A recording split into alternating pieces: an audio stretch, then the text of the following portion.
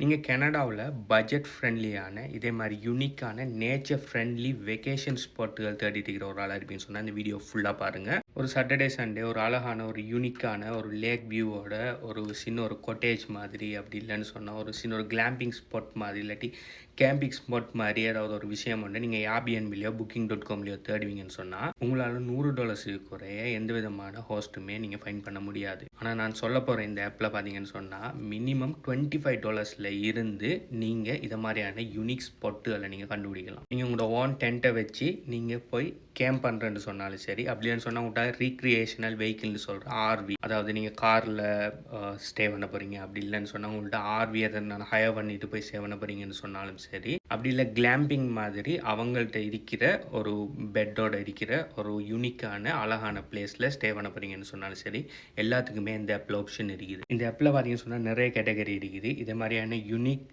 Clamping ஸ்பாட்டுகளை நீங்கள் எடுக்கலாம். இல்லாட்டி ஸ்டார் கேசிங்னு சொல்லி நல்லா ஸ்டார்ஸை வியூ பண்ணுற மாதிரி ஸ்பாட்டுகளை பார்க்கலாம். அப்படின்னு சொன்னால் பீச்சுக்கு பக்கத்தில் இருக்கிற பீச் கேம்பிங் எடுக்கலாம்.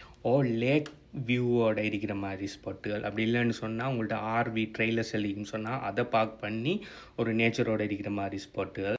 ஹாட் டப்ஸுகள், நீங்கள் அது சம்மந்தமான இன்ட்ரெஸ்ட் இருக்கிறாங்களா இருப்பீங்கன்னு சொன்னால் அது சம்மந்தமான பிளேஸில், இல்லாட்டி டைனி ஹோம்ஸுகள், எல்லா ஆப்ஷனுமே இதில் இருக்குது. ரொமான்டிக்கான எங்கனான ஒரு ஸ்பாட், அப்படி இல்லைன்னு சொன்னால் காரை கொண்டு போய் நீங்கள் காருக்குள்ளே தங்க போகிறீங்க, காரோட சீட்டெல்லாம் அடிச்சுட்டு அப்படி அதுக்கும் ஸ்பாட்டுகள் இருக்குது. அப்படி இல்லை உங்கள்கிட்ட பெட் இருக்குன்னு சொன்னால் பெட் ஃப்ரெண்ட்லியான ஸ்பாட்டு கூட நீங்கள் சர்ச் பண்ணிக்கொள்ளலாம். இப்போ நீங்கள் நார்மலாக ஏர்பிஎன்பிக்கோ இல்லாட்டி Booking.com போவீங்கன்னு சொன்னால் அநேகமானது ஹோட்டல்ஸும், அப்படின்னு சொன்னால் ஒரு ப்ரைவேட் கம்பெனிஸ் என்ன பண்ணுவாங்கன்னு சொன்னால் அவங்களோட ஓன் ரூல்ஸில் வச்சுருப்பாங்க. நிறைய நொய்ஸஸ், அடுத்தது க்ரௌடடாக இருக்கும். ஆனால் இதே மாதிரி நேச்சர் ஃப்ரெண்ட்லி பிளேசஸ் மட்டும்தான் இதில் போட்டிருப்பாங்க. இதில் பப்ளிக்காக இருக்கிற ஹோட்டல்ஸ் அந்த மாதிரி விஷயம் இல்லது. அடுத்தது இவங்களோட ஃபில்டர்ஸ் எடுத்து நீங்கள் தேவையான மாதிரி உங்களுக்கு ஏதாவது ஸ்பெசிஃபிக் ஏதாவது வேணும்னு சொன்னால் அதை வச்சு ஃபில்டர் பண்ணி கூட ஏதாவது லொக்கேஷனெல்லாம் நீங்கள் பார்க்கலாம். அப்படி இல்லாட்டி நீங்கள் பட்ஜெட் ஃப்ரெண்ட்லியாக தர்றீங்கன்னு சொன்னால் உங்களோட பட்ஜெட் எதுவோ அதுக்கேற்ற மாதிரி கூட நீங்கள் ஃபில்டர் பண்ணி அதுக்கேற்ற மாதிரி இருக்கிற கிளாம்பிங் ஸ்பாட்டுகளை கூட நீங்கள் ஃபைன் பண்ணிக்கொள்ளலாம். அப்படி இல்லைன்னு சொன்னால் நீங்கள் நேச்சர் ஃபீச்சர் உங்களுக்கு லேக்குக்கு பக்கத்தில் இருக்கணுமா, இல்லை பீச்சு பக்கத்தில் இருக்கணுமா, இல்லாட்டி ஃபார்மோட சேர்ந்து அனிமல்ஸோட இருக்கிற மாதிரி ஸ்பாட்டுகள் வேணுமான்னு சொல்லி எல்லாத்தையுமே ஃபைன் பண்ணலாம். அப்படி இல்லைன்னு சொன்னால் உங்களுக்கு ஏதாவது ஆக்டிவிட்டி பிடிக்குமான்னு சொல்லி ஹைக்கிங் இல்லாட்டி ஸ்விம்மிங் இல்லாட்டி ஃபிஷிங்னு சொல்லி ஏதாவது ஆக்டிவிட்டி பிடிக்கும்னு சொன்னால் கூட அந்த மாதிரி ஆக்டிவிட்டிஸ் ஆஃபர் பண்ணுற ஸ்பாட்டுகள் கூட நீங்கள் ஃபைன் பண்ணிக்கொள்ளலாம். உதாரணத்துக்கு ஏதாவது ஒரு ஸ்பாட் ஒன்று எடுத்தீங்கன்னு சொன்னால் அவங்களோட பப்ளிக் ரிவ்யூ இருக்கும். ஆக்கள் ஆல்ரெடி இதுக்கு போன ஆக்கள் போட்ட ரிவ்யூஸ் இருக்குது.